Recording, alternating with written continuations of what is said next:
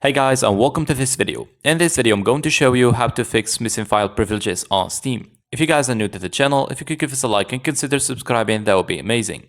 Okay, let's get straight into it. As you can see, I'm currently on Steam, but the first thing that I want to do is to completely close it down. So go down here to the arrow on the taskbar and give it a click. Then all you have to do here is to right click onto the Steam logo and then select Exit Steam that appears in the menu.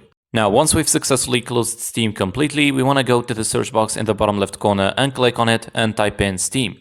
And once it matches, go to the right side of the screen and click onto the second option which says Run as Administrator. And after a few seconds, it will open up Steam as an administrator. Now from here, what you want to do next is to go up here to the Steam logo in the top left corner of your screen, give it a click and then select the option that says Settings that appears in the drop-down menu. Now here's the settings window popping up. You want to go to the left side and click onto the download section. And from here, I recommend you adjust some settings. So the first thing that I suggest is changing your download region into another, and it's better to keep it close to your location. And then I'm gonna click onto Restart Now button right here. And the next thing I recommend is deleting the download cache as it's written here underneath. Clearing download cache might resolve issues downloading and installing apps.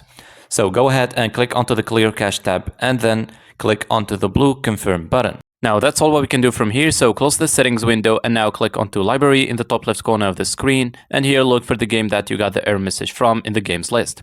Right click on it and then select Properties from the drop down menu. From here, click onto the third option that says Installed Files in the left side of the window, and then click onto the button that says Verify Integrity of Game File.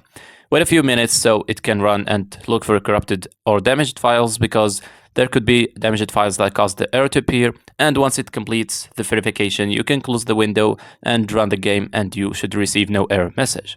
So that's it, that's how to fix missing file privileges on Steam.